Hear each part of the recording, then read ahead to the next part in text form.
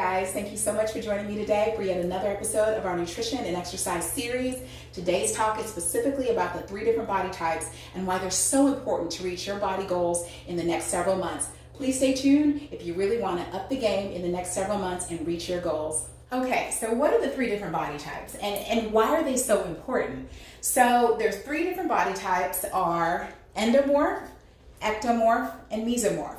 And most people are a combination of both of those things in different proportions. So let's use myself for an example. I am a Mesomorph, Ectomorph combination. And the way I kind of know that is that without working out, without changing my diet, without doing anything special, my body type is mainly long and lean. It's kind of hard for me to gain any real muscle, but I also don't really hold a lot of fat. And this is after years of just eating whatever I wanted to. I just kind of never really gained that much weight. And so ectomorphs specifically are those people who look like kind of marathon runners. So they're long, they're lean, they're not muscular, they have a hard time keeping weight on, but their metabolism is really fast, and that can be used to their advantage when it comes to diet and nutrition to achieve their goals. So I say I'm a combination of an ectomorph and a mesomorph because when I actually really put in the effort to gain muscle, I do so fairly well, and I'm able to keep my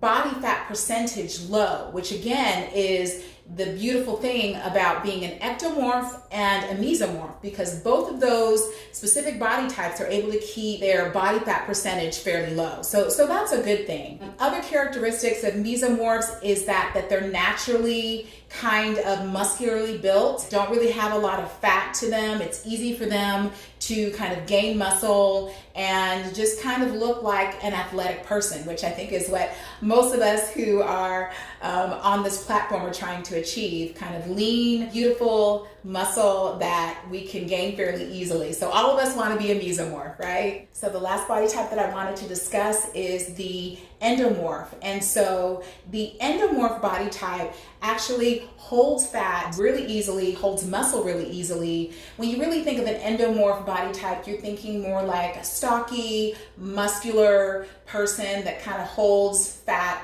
generally around their midsection. That's kind of what you think and conceptualize when you think of an endomorph. And so clearly their muscle content is high and their fat content is high. And so that creates some real challenges and benefits when it comes to reaching your specific body goals. And that is something that we're going to talk about right now. So what should diet and nutrition look like for an ectomorph? Again, an ectomorph is where you're long and lean and have a real problem holding on to both fat and muscle. And what your nutrition should look like is you can actually eat more carbs than the other 2 body types, but you really should still focus on complex carbs. You should also very much focus on protein intake, and your protein intake, again, like I've discussed in the past, should be about more or less a gram of protein per body weight of mass. So I currently weigh 173 pounds, and so I should be eating about 173 grams of protein a day. I personally, even though you are an ectomorph body type, would kind of emphasize more carb cycling in general. I find like that is the best way to ensure that you don't really pack a lot of fat in your midsection. If you are going to develop fat, which again is very hard if you're an ectomorph, but if you were to develop fat and it was to come on, a lot of people tend to develop fat in their midsection. And so carb cycling helps you to avoid that by increasing your carbohydrate intake on very heavy lifting days and decreasing your carbohydrate intake when you are not lifting that heavy or you're having a rest day. So I personally feel like carb cycling works for all 3 body types, but that's something that you can incorporate even if you're an ectomorph. Also, if you're an ectomorph, this is exactly where calculating your calories, calculating your macros comes into play. You likely want to be at a caloric surplus so that you can give your muscles the nutrients it needs to grow. If you eat at your maintenance level calories, you're not going to ever develop any real size. So that is something that you definitely want to pay attention to. You want to, again, as I've discussed in the past, go ahead and calculate what your maintenance calories are and then increase that by 300 to 500 calories per day in order to start gaining some size if you are an ectomorph. Realize if you gain weight too quickly, then you do have a higher chance of also increasing your fat content. So in general, kind of the slower that you gain weight, the less likely that weight will be fat.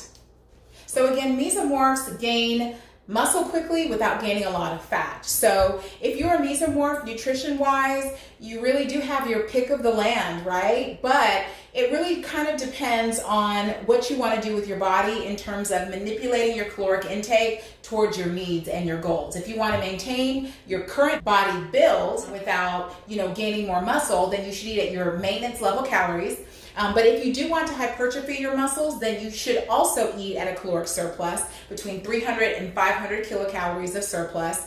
You should eat approximately equal amounts of protein and fats, and your carbohydrate intake should be pretty moderate. So you don't really have a lot of dietary restrictions, but again, like I said before, with all three groups of body types, personally, manipulating your caloric intake and your carbohydrate intake will actually really help you towards your goals. So things like intermittent fasting and carb cycling really help you to, again, minimize the fat around the midsection and optimize your muscle gain depending on what your goals are. So really kind of incorporate that with all three types to achieve your highest level of body performance. So I know I explained really briefly what carb cycling was previously, and again, carb cycling is where you kind of save your carbohydrates, the high carbohydrate days, for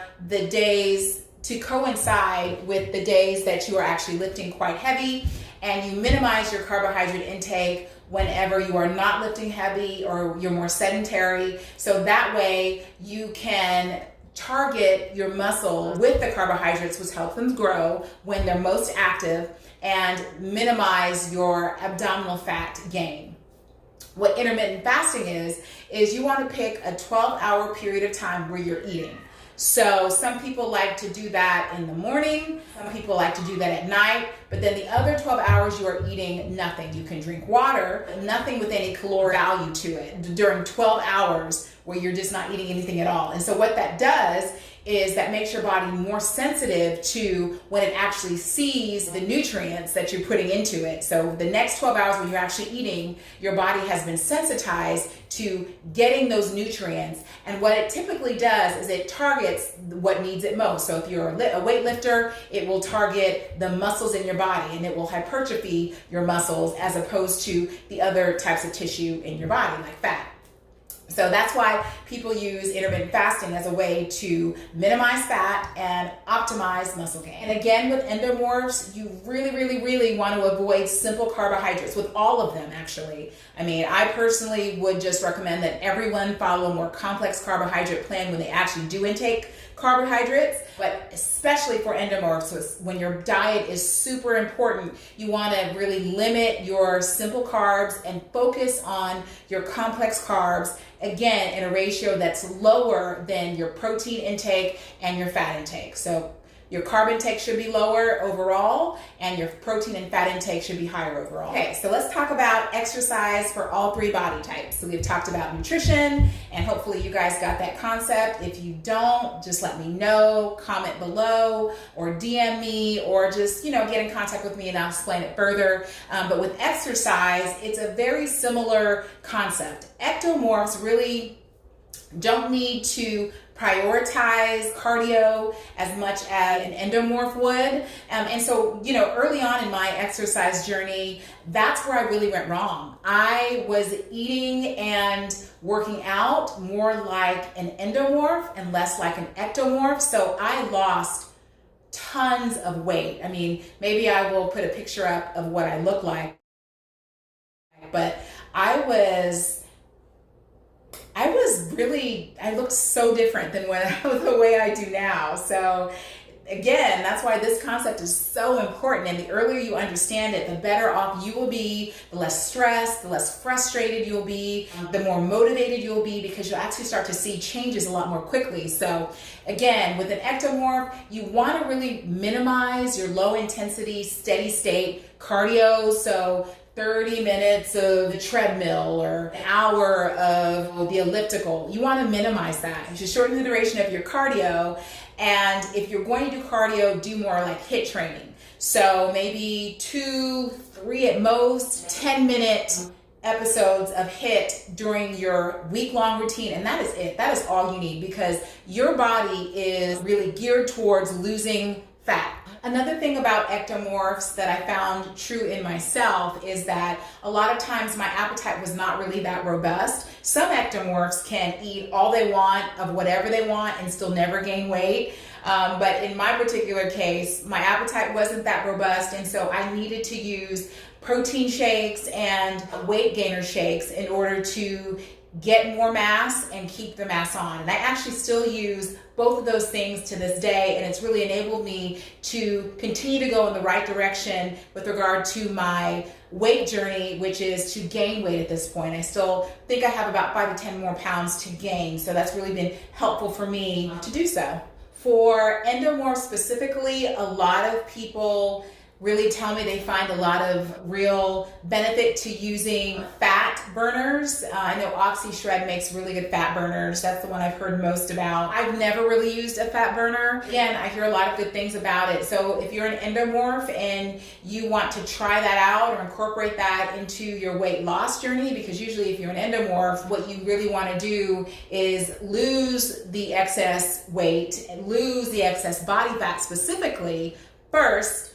And then if you want to start building muscle, you can do so after losing body fat percentage to a certain amount. So that's probably what I would advise. Lose weight first to get to a specific body fat percentage, and then you can start from kind of like a clean slate and start building muscle from there. Also, if you're an ectomorph, in terms of building muscle, you really want to emphasize and prioritize compound lifts as much as possible. So that will target a lot more muscles at the same time than would isolated lifts. Of course, in every category, there is still room for muscle isolation, and especially for me or other ladies who want to specifically build their glutes. I think that isolation of the glutes is really important to ensure that those get developed more quickly. So there is room for that. But again, if you're a true ectomorph and your overall goal is to build more muscle, emphasize compound lifts as much as you can.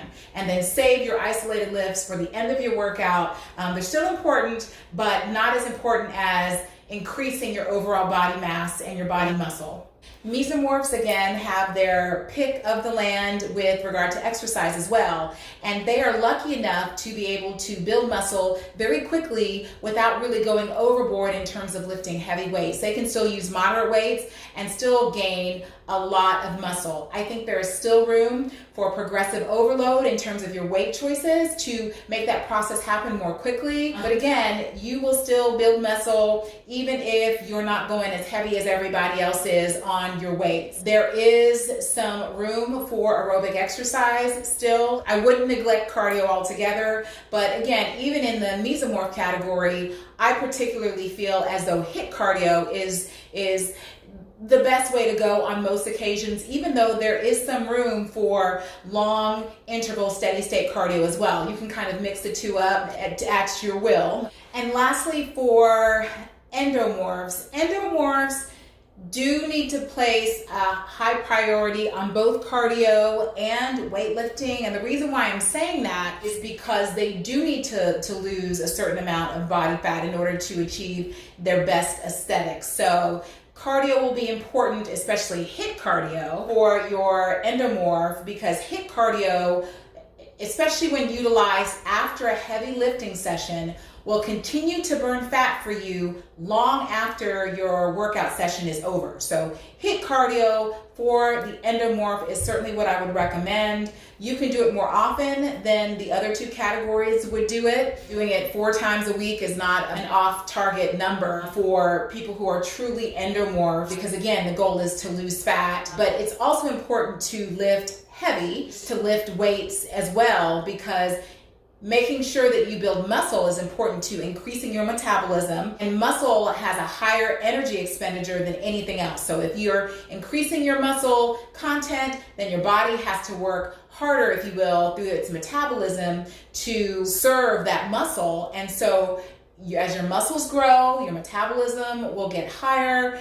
and your energy expenditure, even when you're at rest, will be higher too. So that is the perfect combination for an endomorph to both increase their muscle mass and to reduce their fat. It is also really important for the endomorph to use progressive overload to increase their muscle mass to achieve what they're needing as far as body goals.